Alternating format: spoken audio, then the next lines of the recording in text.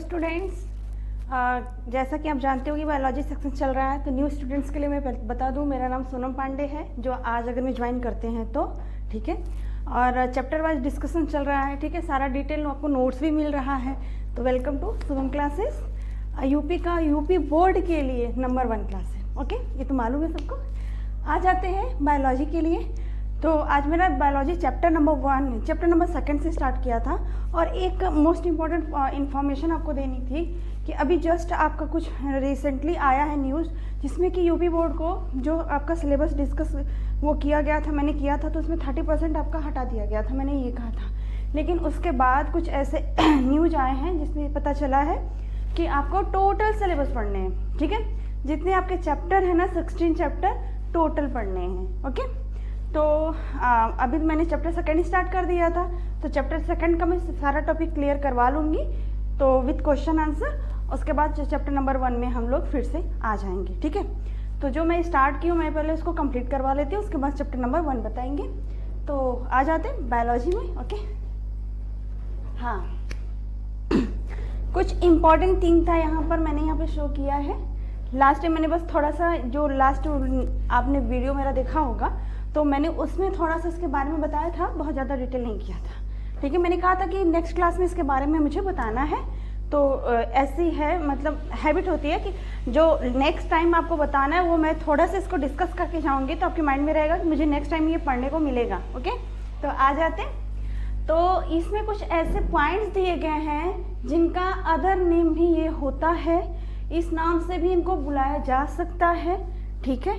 तो ध्यान दीजिएगा, ये अगर ये पॉइंट हैं तो वो क्या प्रदर्शित करते हैं उनके बारे में जानते हैं, ठीक है। तो पहले आप नर जनन अंग के बारे में जानोगे कि नर जनन अंग में कुछ ऐसे पॉइंट्स होते हैं, उसको कुछ अदर नेम से भी जाना जा सकता है, वो क्या शो करते हैं वो बताया जाएगा। फिर आपका मादा जनन अंग में भी इसी तरह से होता है।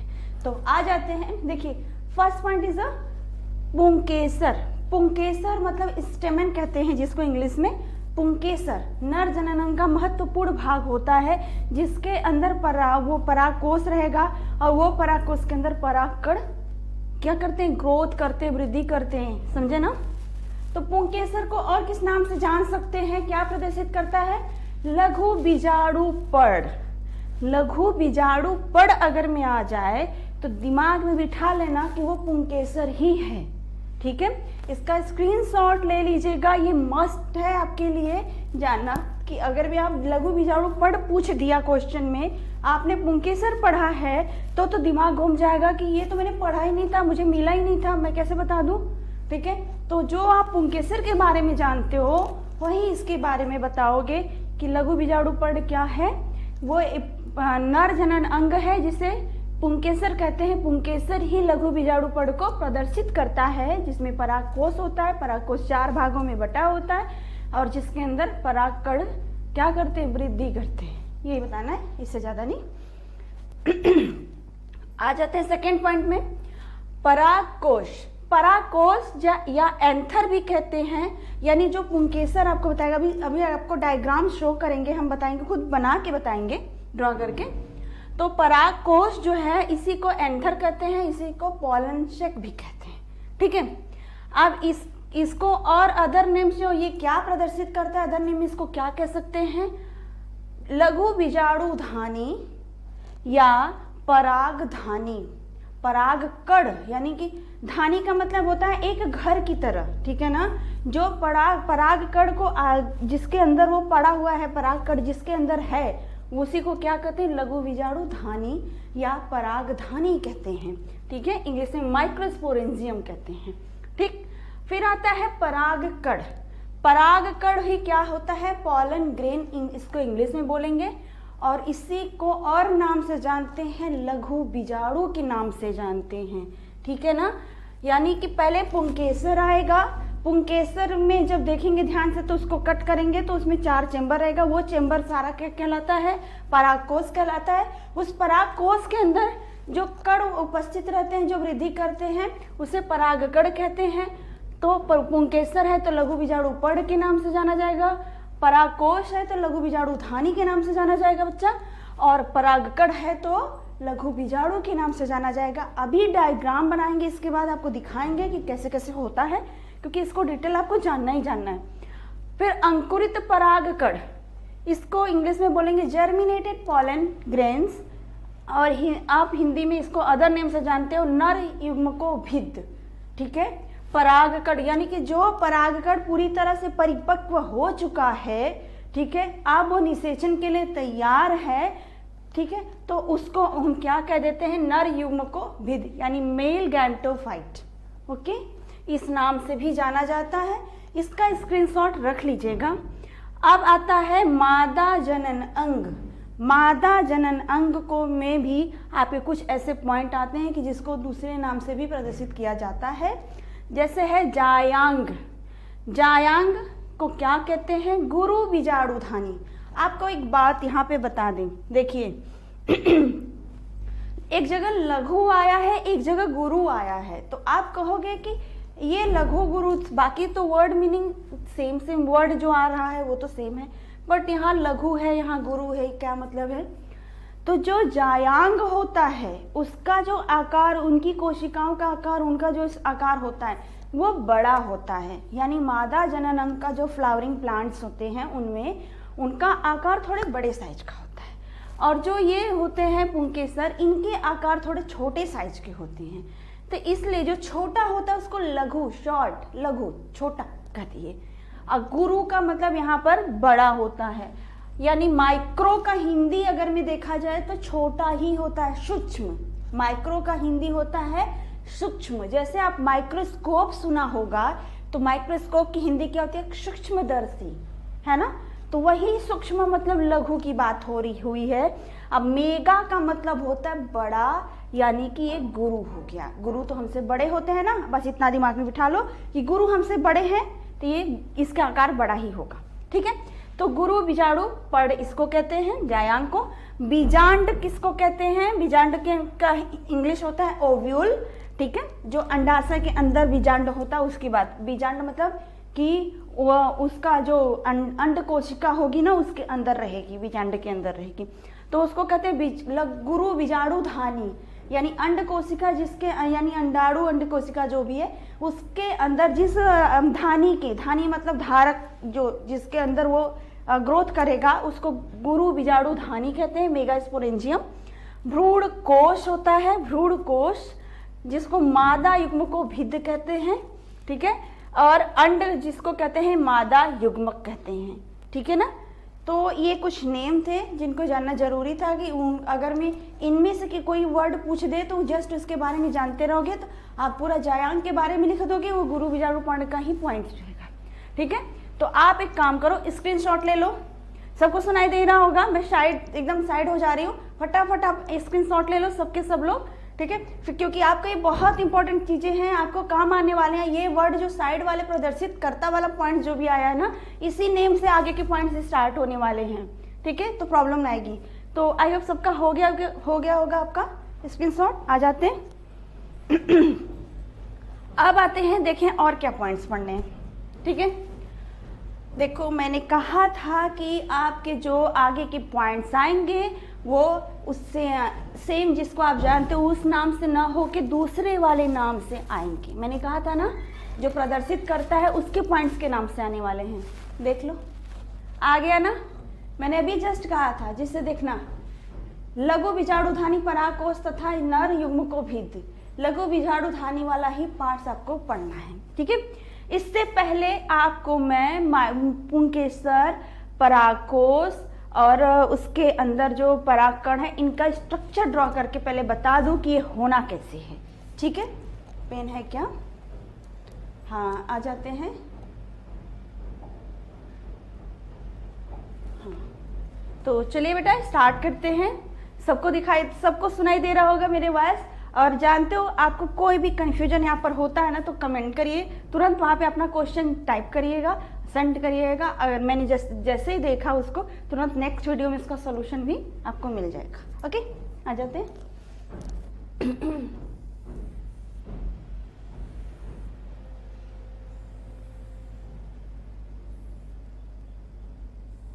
ये है ना, ये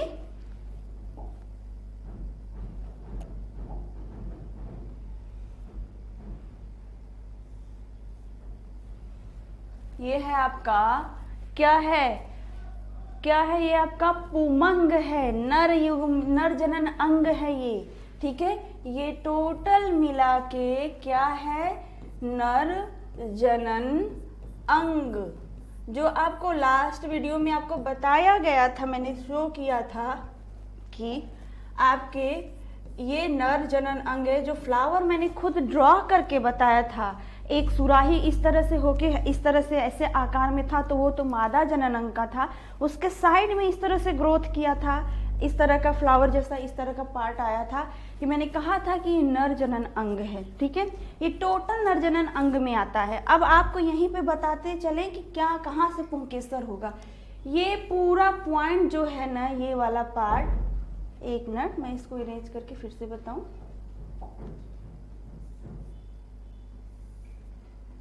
हाँ, ठीक है। ये वाला पूरा पार्ट जो है ये आपका पुंकेसर है। क्या है, पुंकेसर, ठीक है, पुंकेसर वाला पार्ट है। उसके बाद देखो ये वाला पूरा पार्ट, यहाँ से जहाँ से पुंकेसर के बाद नीचे डंडी स्टार्ट हो रही है, वो वाला पॉइंट, उसको हम योजी कहते हैं। योजी कहते हैं, संयोजी भी कहते हैं, संयोजी, ठीक है, या फिर योजी, इस नाम से जानते हैं बच्चा। फिर आते हैं ये जो डंडा वाला पार्ट है, इसको कहते हैं जिससे कि वो जाके या तो उसके जो प्लांट है फ्लावरिंग प्लांट, उसके अंडाशय यानी मादा जनन अंग के अंडाशय वाले भाग से अटैच होगा, या नीचे वाले भाग से अटैच हो सकता है, या कैलिक्स से भी हो सकता है, कोरोला से कहीं से भी अटैच हो सकता है। वो आपको नेक्स्ट चैप्टर में मिलेगा, वो फ्लावरिंग वाला पार्ट बताया जाएगा कि कैसे कोई अटैच होता है तो उसका नाम कौन कौन सा, किस तरह का वो फ्लावर कहा जाता है, बताया जाएगा, ठीक है। तो ये वाला जो डंडी वाला पार्ट है इसको हम कहते हैं तंतु, ठीक है ना। पुंकेसर हो गया, जहां से जुड़ा हुआ है वो संयोजी या योजी हो गया। उसके नीचे ये डंडी वाला पार्ट तंतु हो गया। 3 हो गए, क्लियर हुआ, ठीक है। और ये पूरा मिला के आपका नर जनन अंग है, समझे ना। अब आते हैं कि अब पराग कोश कहाँ मिलेगा, ठीक है। आप अपनी बुक में ध्यान से देखिएगा, जब ये वाला पार्ट है, ये वाला पार्ट, इसको यहाँ से कट किया है तो आपको इस तरह से ये वाला पार्ट यहाँ पर क्लीन करें थोड़ा सा,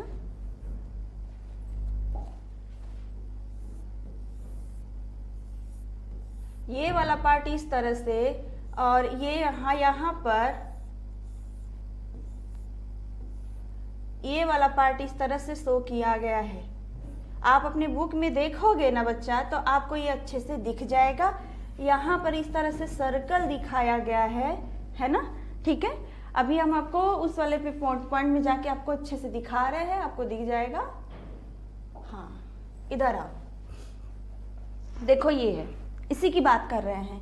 ये पूरा मिलाकर आपका जो डायग्राम है ना, ये आपका नर जनन अंग है बच्चा। और जो ये सिर्फ इतना सा पार्ट होगा, ये पूरा क्या हो जाएगा आपका, ये हो जाएगा पुंकेसर। यहाँ से जहाँ से जुड़ के निकल रहा है इसे हम क्या कह देंगे, इसे कह देंगे योजी या संयोजी। और ये वाला पार्ट जो हो जाएगा ये आपका तंतु हो जाएगा, ठीक है। पुंकेसर को स्टेमन कहते हैं, और ये जो योजी या संयोजी वाला इसको कनेक्टिव पार्ट कहते हैं। और जो ये लास्ट वाले डंडी निकला हुआ है बच्चा, इसे फिलामेंट्स कहते हैं, समझे ना, ठीक। अब देखो आपका यहाँ पर बता भी दिया है, ये पूरा पार्ट एंथर, हाँ एंथर, ठीक है। और ये आपका ये पार्ट है जो यहाँ से जुड़ा हुआ है, कनेक्टिव है, ये फिलामेंट्स है। हमने वही शो किया है कि जब हम ये वाला पूरा पार्ट एंथर वाला पार्ट है, इसको जब हम कट करेंगे इस तरह से ना, ये कट करके निकालेंगे ना बच्चा, तो ये क्या हो जाएगा, इतने ये आपका शो करेगा। आप ध्यान से देखोगे तो ये 2 पार्ट हैं, इस तरह से 2 पार्ट हैं, है ना, ये 2 पार्ट है। और एक एक पार्ट में भी 2 चेम्बर हैं, है ना। ध्यान दीजिएगा, ये आपके 2 ही पार्ट दिख रहे हैं इस तरह से, ये शो कर रहा है, जस्ट ऐसे ही बना है ना, इस तरह से है। ये आपके 2 पार्ट दिख रहे हैं और एक एक पार्ट में भी आगे चल के 2 पार्ट हो गए हैं ना। क्लियर हुआ। ये जो दिखा रहा है ना बच्चा, ये आपका परिपक्व जो आपका पुंकेसर है, ठीक है। ये दोनों पार्ट आपके क्या कहे जाते हैं? परागकोश कहे जाते हैं। परागकोश, कोश का मतलब होता है कोशा घर, कोशागृह आप जानते भी होंगे, मतलब एक तरह का वो क्या है, वो है बोल सकते हैं आसन है, आश्रय है, आश्रय भी बोल सकते हैं, घर भी बोल सकते हैं। चैम्बर, कोश का मतलब होता है चैम्बर, उसके बस सॉलिड इंग्लिश होती है चैम्बर। कोश का मतलब हिंदी में शुद्ध ऐसे बोला जाता है कच्छ, चैम्बर जो भी है, ठीक है। तो पराग कोश का मतलब होता है पराग कण का कच्छ, पराग कण का चैम्बर।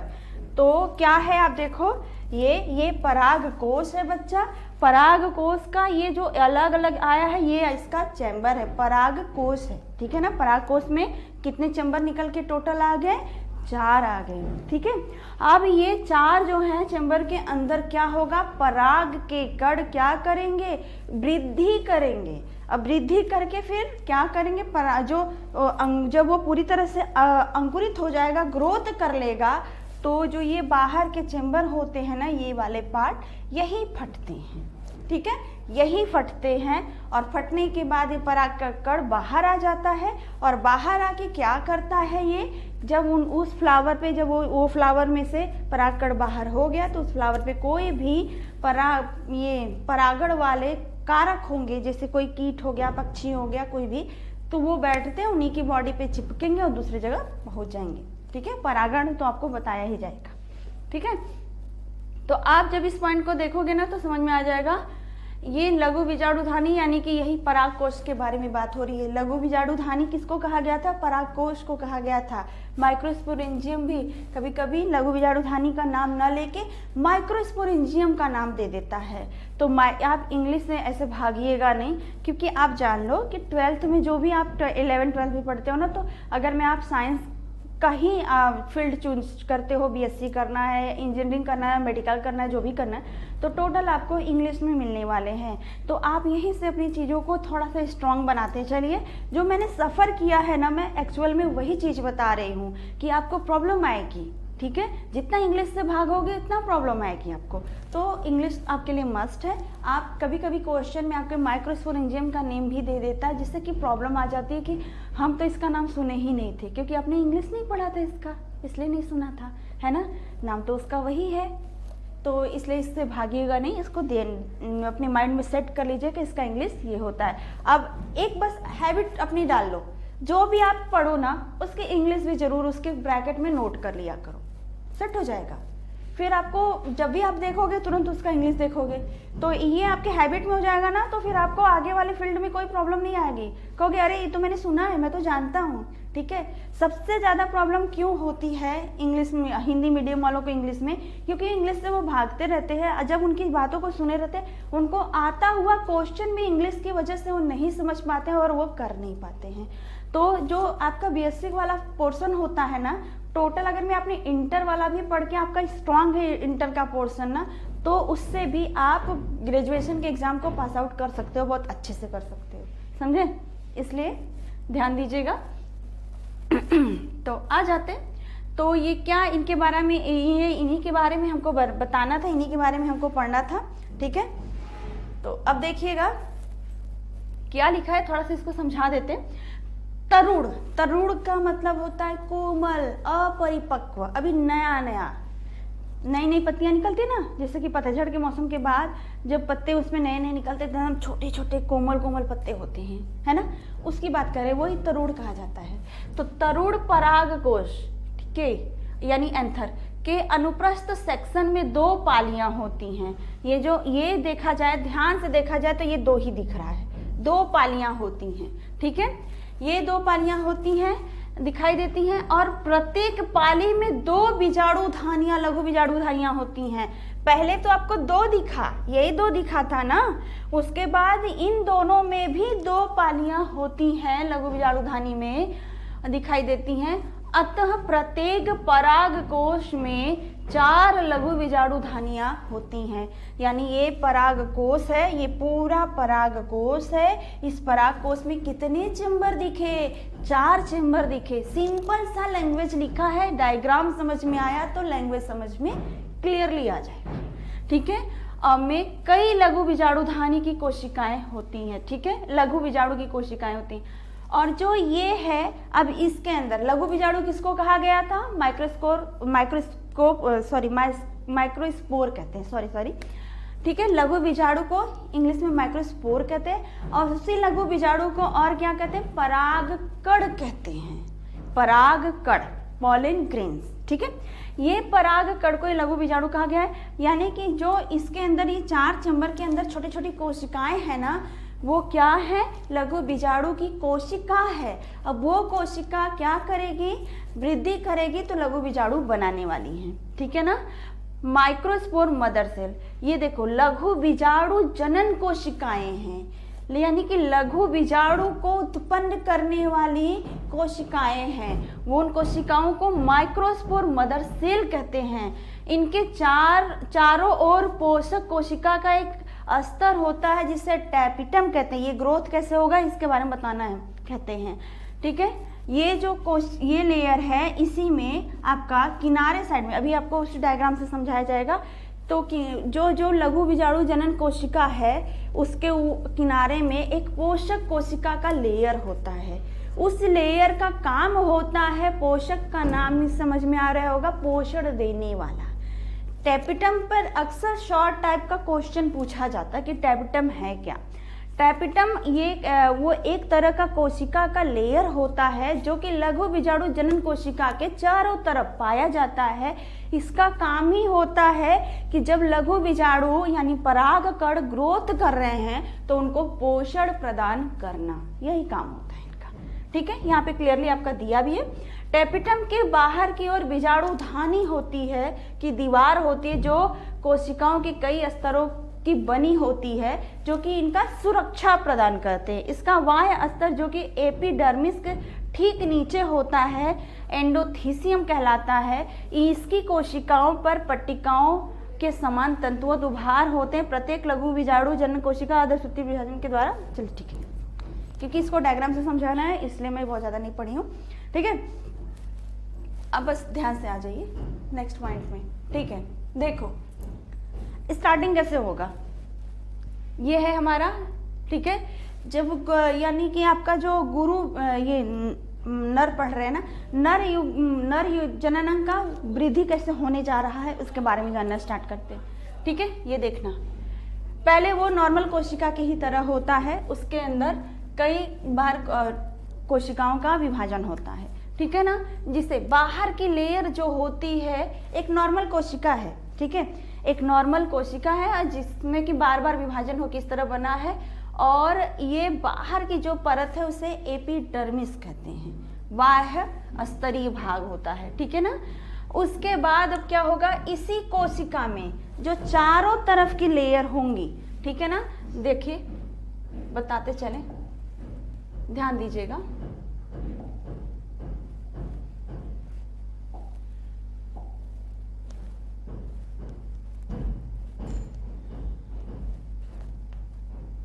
आ जाते हैं, देखिए क्या होने वाला है। एक नॉर्मल सी कोशिका थी, एक नॉर्मल सी कोशिका थी। ठीक है, इसका डिवीजन जब होने लगा तो इसका आकार कुछ इस तरह से बनने लगा, इस तरह से। ठीक है, ये आकार बनने लगा, इसमें बहुत सारा डिवीजन हुआ। ये कोशिकाएं आपस में जुड़ी हुई हैं, ये कोशिकाएं आपस में जुड़ी हुई हैं इस तरह से। ठीक है, उसके बाद क्या होगा, एक नॉर्मल कोशिका इस तरह से कर रहा है, थोड़ा सा जो इनका आकार है ना इस तरह से,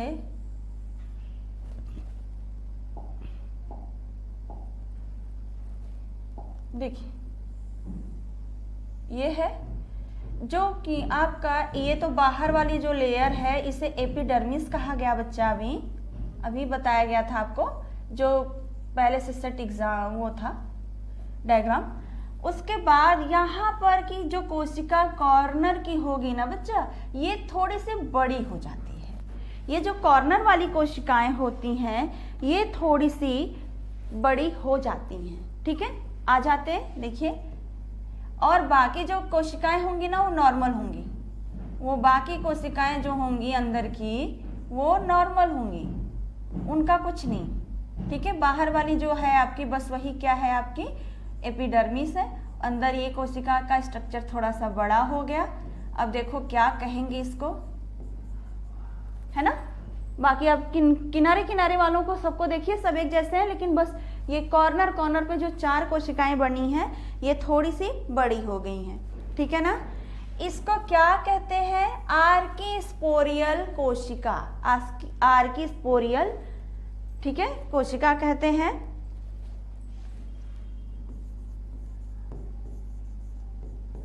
आर्किस्पोरियल कोशिका।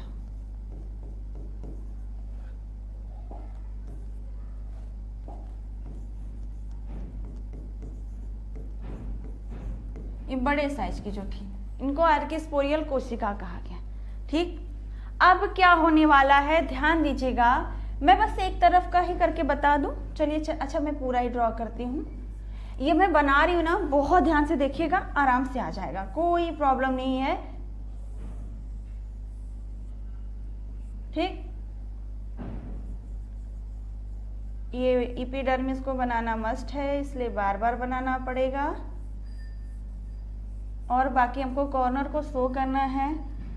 ये जो है ये 2 पार्ट में डिवाइड हो जाएगा। जो कॉर्नर की कोशिका है बच्चा ये 2 पार्ट में डिवाइड होगी, ठीक है। ये कॉर्नर की जो कोशिका जो सिंगल बड़ी कोशिका थी अब ये 2 पार्ट में डिवाइड हो गई, ठीक है। एक आपकी प्राथमिक भित्तीय कोशिका बनाएगी और एक आपकी प्राथमिक बीजाणु जनन कोशिका बनाएंगी, लघु बीजाणु जनन कोशिका, ठीक है। अब देखो ये प्राथमिक बाहर वाली भित्तीय कोशिका बनानी है ना, बाहर वाली प्राथमिक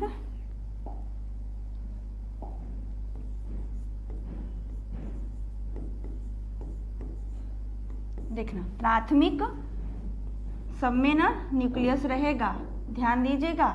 विदाउट न्यूक्लियस जो सेल होते हैं वो नॉन लिविंग में आ जाते हैं, डेथ कर जाते हैं, ठीक है। न्यूक्लियस इनका मस्ट पार्ट है। और प्राथमिक भित्तीय कोशिका यही है ना, भित्तीय कोशिका, ठीक। और जो अंदर वाला पार्ट है ये क्या बना रहा है, प्राथमिक बीजाणु जनन। प्राथमिक का मतलब पहला, जो भित्ति का अंदर वाले भित्ति का निर्माण करने वाला है, परागकण जहां बन रहे हैं उनके लघु बीजाणु धानी के किनारे का जो पार्ट है जो भित्ति का निर्माण करेगा वो पहली कोशिका को प्राथमिक भित्तीय कोशिका कहेंगे। और जो लघु बीजाणु का यानी परागकण का निर्माण करेगा उसे प्राथमिक लघु बीजाणु जनन कोशिका कहेंगे। तो इसको क्या कहेंगे, प्राथमिक लघु बीजाणु जनन कोशिका।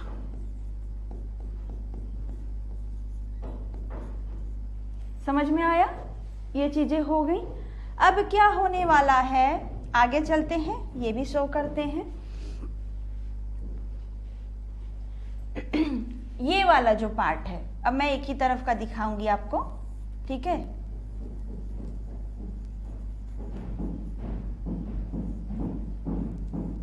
एक ही तरफ का दिखाऊंगी।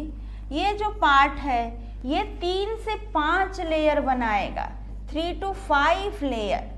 अस्तर आप समझोगे, लेयर भी वही होता है, अस्तर भी लेयर्स होगा, अस्तर्स, ठीक है।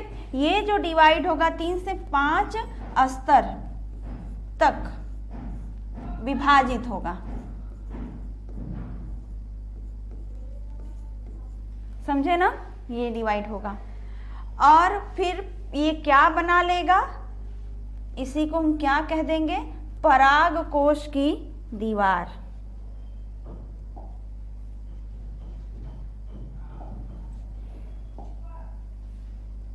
ये क्या बनाएगा, ये प्राथमिक वाला है ना, प्राथमिक क्या है, भित्तीय कोशिका, यही है ना ये, ठीक है। ये क्या कर लिया, 3 से 5 स्तर तक विभाजित हुआ है,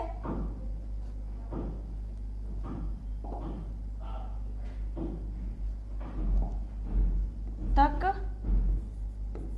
विभाजित होकर क्या करेगा, पराग कोश की दीवार का निर्माण करता है, होकर पराग कोश की दीवार बनाएगा। क्लियर, इतना क्लियर हुआ। अब आगे चलिए, आगे आपको और दिखाएं, ठीक है।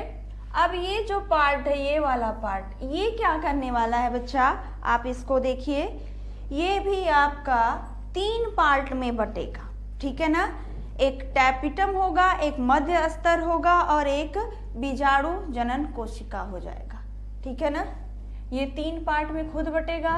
एक आपका टैपिटम, ये बाहर का कोश बनाने वाला था, और ये क्या है, टैपिटम, ठीक है। फिर ये और दूसरे पार्ट में मध्य स्तर बनाएगा, ठीक है। और ये तीसरे पार्ट में लघु बीजाणु कोशिका,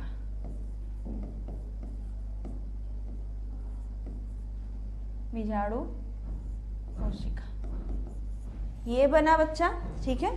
अब आ जाते हैं आगे,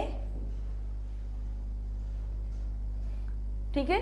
इतने पार्ट ये बनेंगे, ठीक है। अब आपको चलते हैं बैक स्टोरेज में, आपको बता दे, डायग्राम शो करना है, देख लेना। यही कोशिका थी ना, इसके पहले भी मैंने बताया कि छोटी सी कोशिका रहेगी, वो इस तरह का स्ट्रक्चर बना। इस तरह के स्ट्रक्चर में बाहर के लेयर को एपिडर्मिस कहा गया था, ठीक है। फंस रहा है मेरे अंदर, आ जाते हैं इधर, देखिए। और फिर क्या हुआ कि जो कॉर्नर पे कोशिकाएं थी ना, चारों कॉर्नर पे 4 कोशिकाएं जो थी, थोड़ी सी बड़ी साइज की हो गई, जिसको आर्कीस्पोरियल सेल कहा गया था, आर्कीस्पोरियल कोशिका, यहाँ पे लिखा भी है, ठीक है ना। अब ये क्या करने वाले हैं, ये आगे चारों वाले जो पार्ट थे, ये आगे थोड़े और बड़े साइज में, क्यों नहीं आ रहा है,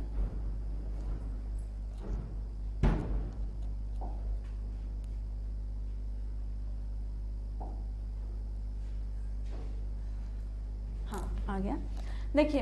तो ये थोड़े से और साइज में ये डिवाइड होना स्टार्ट कर दिए। जो पहले जो जब ये इनका ये पार्ट था तो दीवार से लगा हुआ, ये दीवार है, सपोज ये इनका दीवार है, यहाँ पे ये कोशिका बन रही है। तो ऐसे ही जब डिवाइड हुई तो जो पहले वाली थी वो भित्ति का निर्माण करेगी और आगे वाली जो है वो परागकणों के निर्माण करने वाले में आ जाएंगे, ठीक है। तो जो पहली वाली से प्राइमरी पेरेंटल सेल कह दिया गया, और जो अंदर की तरफ है वो प्राइमरी स्पोरोजिनस सेल कह दिया गया, जिसे प्राइमरी लघु बीजाणु जनन कोशिका बोला गया। और ये जो था इसे प्राथमिक भित्तीय कोशिका कहा गया था, ठीक है। ये 2 चीजें हो गई, ठीक है। अब एपिडर्मिस तो बाहर वाली है ही, ठीक है। और जो बीच में जिसको योजी संयोजी जो भी कहा गया था उसे प्रोकैम्बियल भी कहा जाता है, वो चीजें शो की गई हैं, ABC तक आ गया, ठीक है। अब आगे देखिएगा, जो यही कॉर्नर वाली कोशिका है, ठीक है, इसी का यहाँ पे बताया गया है, ठीक है।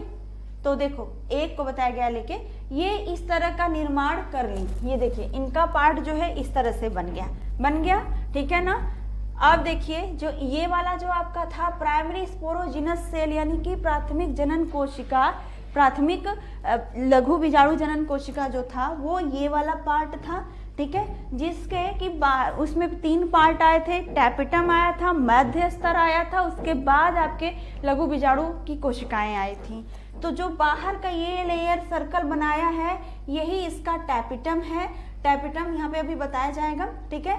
और उसके बाद ये पूरा शो किया है। इस वाले पार्ट को आप यहाँ पे देखेंगे तो ध्यान से, ये बाहर का जो लेयर होगा एपिडर्मिस होगा।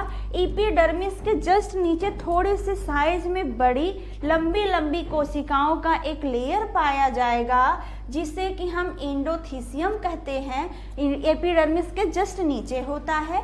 इसके बाद उनके जो लेयर, एक और लेयर पाया जाएगा बाहर की तरफ, जिसे हम क्या कह देते हैं, मध्य अस्तर कहते हैं। और मध्य अस्तर के जस्ट नीचे और लंबी हुई थोड़ी सी एक साइज की पैड जैसी स्ट्रक्चर वाली संरचनाएं पाई जाएंगी, बिल्कुल अलग आपको दिखेंगी। बुक खोल के देख लीजिएगा, उसमें मिल जाएगा। तो ये वाला जो स्ट्रक्चर बनेगा ये टैपिटम होगा। अब टैपिटम के अंदर मध्य अस्तर मिल गया, फिर टैपिटम के अंदर ये लघु बीजाणु कोशिका मौजूद होंगी, जो कि एक कोशिका होगी वो 4 भाग में डिवाइड होगी। और जब एक कोशिका 4 पार्ट में डिवाइड होती है, 4 कोशिकाओं का निर्माण करती है, तो ये किस तरह का विभाजन होता है, अर्धसूत्री विभाजन, जो कि क्लास 11th में आपने पढ़ा होगा कि 2 तरह की कोशिका विभाजन पाया जाता है, अर्धसूत्री और क्या होता है, समसूत्री होता है। ठीक है, तो जब एक कोशिका से 4 कोशिका बने तो अर्धसूत्री, जब एक कोशिका से 2 कोशिका बने तो समसूत्री। लेकिन यहाँ आप देख लो कि ये जब एक कोशिका से 4 कोशिका बना रहा है, यानी कि लघु बीजाणु जनन कोशिका में कितना पार्ट बन रहा है, 4 कोशिकाओं का निर्माण हो रहा है, यानी यहाँ पर अर्धसूत्री विभाजन पाया जा रहा है। ठीक है, तो फिर से इस डायग्राम को मैं ड्रॉ करके आपको दिखा दे रही हूँ। ठीक है, आ जाते हैं इसी में, ये पार्ट है, इसी को अच्छे से ड्रॉ कर रहे हैं। ठीक है, देखना ये हम क्या बना रहे हैं, एपिडर्मिस।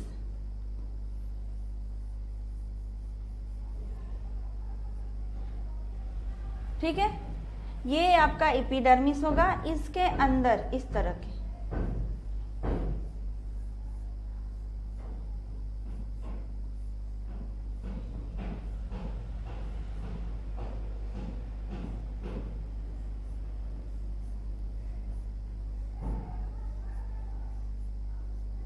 ठीक है,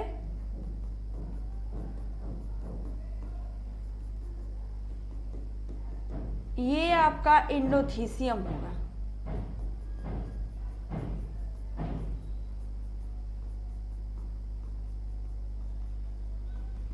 ठीक, एंडोथीसियम हो गया। अब इसके अंदर एक जैसी छोटी छोटी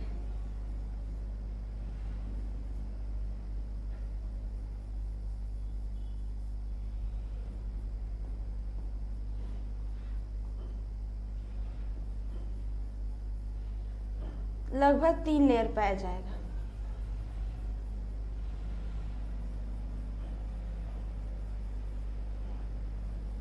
लगभग आपके कितने लेयर मिलेंगे, यहाँ पर 3 लेयर मिलेंगे, 3 से 5 भी हो सकता है। अब आपका एक तरह का इस तरह का स्ट्रक्चर है। ठीक है, जिसमें कि थोड़ी सी इस तरह की कोशिकाएं आपको मिलने वाली हैं। ठीक, तो ये आपका हो गया। अब इसके अंदर आपके छोटे छोटे क्या हो जाएंगे, कौन सी कोशिकाएं हो जाएंगी, लघु बीजाणु की कोशिकाएं हो जाएंगी। समझे, ध्यान देना। बाहर का लेयर जो होगा इसे कहेंगे एपिडर्मिस। समझे, इसके जस्ट अंदर वाली जो लेयर होगी इसे एंडोथीसियम।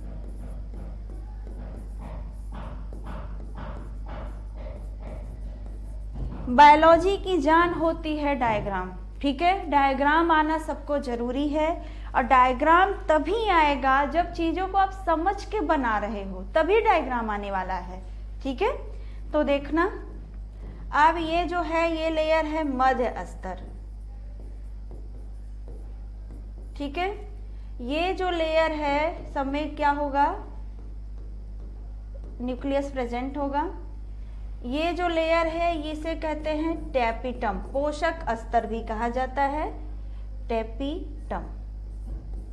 ठीक, इसके बाद ये जो लेयर है आपका, ये वाला पार्ट है, इस ये आपके लघु बीजाणु जनन कोशिका है।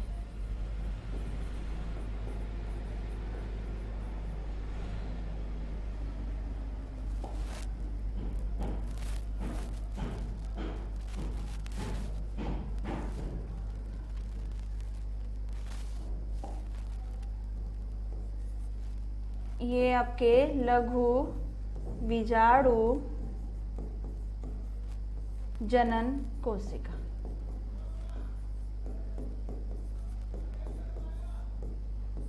ठीक, अब आप देखना, फिर आपको ये जो जनन कोशिका, इसके अंदर एक कोशिका होगी ना, ये कितने पार्ट में डिवाइड होगी? 1 2 3 4 पार्ट में डिवाइड होगी। ठीक है, कैसे? यहाँ होगा अर्धसूत्री विभाजन। ठीक है ना, अर्धसूत्री विभाजन। ठीक, अर्धसूत्री विभाजन में ये आपके 4 बनकर आ जाएंगे। इन्हीं को हम क्या कह देंगे? माइक्रोस्पोर कहेंगे, सॉरी, लघु बीजाणु कहेंगे, परागकण कहेंगे। ठीक है, क्या कहेंगे? ये आपके परागकण हैं। ठीक, लघु बीजाणु हैं। और क्या है? माइक्रो पॉलन ग्रेन भी हैं, माइक्रोस्पोर्स हैं। ठीक, तो ये आपकी चीजें आ गई। नीचे लाना होगा, पहले इरेज करें इसको। देखिए, हाँ ध्यान से देखिएगा। ये पार्ट मैंने समझाया था कि इस तरह का जब आपका एक स्ट्रक्चर बन रहा है तो ये आपका नर जनन अंग है, जिसमें ऊपर का पार्ट पुंकेसर है, जहां से ज्वाइंट हो रहा है फिलामेंट्स, वहां आपके संयोजी हैं, और नीचे का डंठल वाला पार्ट आपका योजी संयोजी, सॉरी ये तंतु हो गया। ठीक, ये नर जनन अंग का जो ये पार्ट ऊपर वाला पुंकेसर है, उसको हमने कट किया तो उसमें देखा कि 2 परागकोश हैं। एक एक परागकोश में 2-2 चैम्बर आपको मिल गए। ठीक है, ये 2 चैम्बर मिले थे। इस चैम्बर का निर्माण कैसे होता है, स्टार्ट हुआ है। एक कोशिका होगी, वो कोशिका कैसे बनेगी? इस तरह का ये 4 स्ट्रक्चर बन रहे हैं ना, ये कैसे बनेगा? एक कोशिका होगी, उस कोशिका में लगातार समसूत्री विभाजन होगा। कौन सा विभाजन होगा? लगातार समसूत्री विभाजन होगा। ठीक है, तो वो एक कोशिका का समूह टिश्यूज की तरह बन जाएगा। उसके बाद क्या होगा? उसी कोशिका में चारों कॉर्नर पर जो टिश्यूज है, उसके चारों कॉर्नर पर एक एक कोशिकाएं कुछ बड़े साइज की हो जाएंगी, जिसको आर्कोस्पोरियल कोशिका कहा जाएगा। ये बड़ी साइज की जो कोशिकाएं हो जाएंगी, ये आगे चलकर फिर से समसूत्री विभाजन करेंगी। ठीक है ना, और ये डिवीजन हो जाएगा। जब इनके में समसूत्री विभाजन होगा तो 2 तरह की कोशिकाएं बनेंगी। जो पहली कोशिका होगी प्राथमिक भित्तीय कोशिका होगी, जो दूसरी होगी प्राथमिक बीजाणु जनन कोशिका हो जाएगी। ठीक है, अब ये जो प्राथमिक बीजाणु जनन की कोशिका होगी ना, ये आगे चल के 3 तरह के, बाहर वाला जो भित्तीय कोशिका थी प्राथमिक, ये 3 से 5 लेयर का दीवार वाला परागकोश का दीवार का निर्माण करेगा। जो आपके अंदर वाला था वो 3 पार्ट में और डिवाइड होगा, जिसमें एक टैपिटम मध्य स्तर, पहले मध्य स्तर होगा, फिर टैपिटम का लेयर होगा, फिर लघु बीजाणु कोशिका का लेयर, कोशिका पाया जाएगा। ठीक है, फिर आगे देखते हैं, जब ये यहाँ पर डिवाइड हो जाएगा तो आगे चल के इस तरह का स्ट्रक्चर, जो 4 आपके पार्ट थे ना, उस 4 पार्ट में से एक कॉर्नर वाले को उठाया है मैंने, उसको यहाँ पे शो करवाया है। उस वाले में बाहर की जो लेयर होगी उससे एपिडर्मिस पहले ही बता दिया था। उसके जस्ट नीचे खांच वाली जो कोशिकाएं पाई जाएंगी उनको हम एंडोथीसियम कहेंगे। उसके बाद 3 से 5 लेयर का, ये कम से कम 3 होना चाहिए, 3 लेयर का एक लेयर कोशिकाओं का लेयर पाया जाएगा, जिसे मध्य स्तर कहा जाएगा। उसके अंदर थोड़ी से बड़े साइज की कोशिकाएं होंगी और काफ़ी घनी होंगी। ठीक है, तो वो पैड स्ट्रक्चर की तरफ, तो उसको टैपिटम कह देंगे। सबसे मध्य में अंदर लघु बीजाणु कोशिकाएं, जनन कोशिकाएं मौजूद रहेंगी। ये क्या करेंगे? इनकी एक कोशिका को मैंने दिखाया है, इसमें से सिर्फ एक कोशिका लिया जाएगा, वो अर्धसूत्री विभाजन करके 4 कोशिकाओं का निर्माण करेगा। यही 4 कोशिकाएं क्या कहलाती हैं?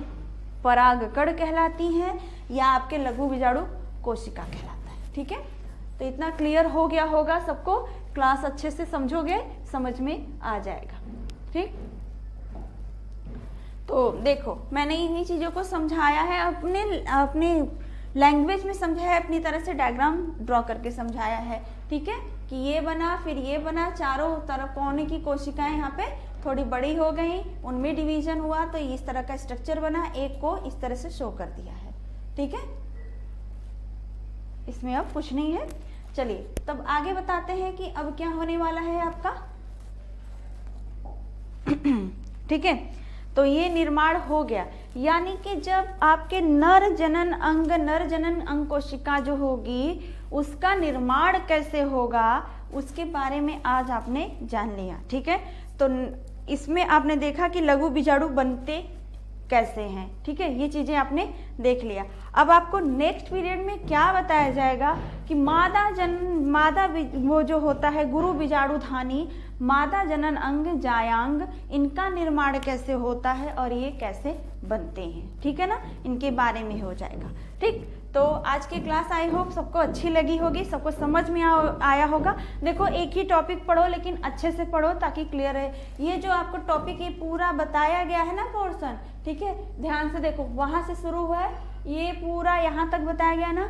ये इसको जब आप अगर मैं पॉइंट वाइज लिखना स्टार्ट करो, हमेशा एग्जाम में पॉइंट वाइज लिखना। ठीक है, एरो दिया, पहले आप एक कोशिका के बारे में बता दो, फिर पहले स्टार्टिंग में जब नर जनन अंग की बात हो रही है तो उसमें क्या क्या पोर्शन होता है, पुंकेसर, संयोजी तंतु, ये बता दो। पुंकेसर के कितने होते हैं, कितने परागकोश पाए जाएंगे, 2 परागकोश, एक परागकोश में 2 चैम्बर भी होते हैं, तो आपके 4 चैम्बर हो जाएंगे। 2 परागकोश है तो 4 चैम्बर हो गए। ठीक है, अब चारों चैम्बरों में इस तरह का निर्माण कैसे स्टार्ट होता है, तो पहले एक छोटी सी कोशिका होती है, टिश्यूज का निर्माण करती है, टिश्यूज के बाद कोने में इस तरह का होता है। ये सारा पोर्शन आप अगर में पॉइंट वाइज लिखते जाओगे ना तो 1-2 पेज आराम से भर लोगे और क्लियर भी हो जाएगा कि किसके बाद कौन सा स्टेप हो रहा है।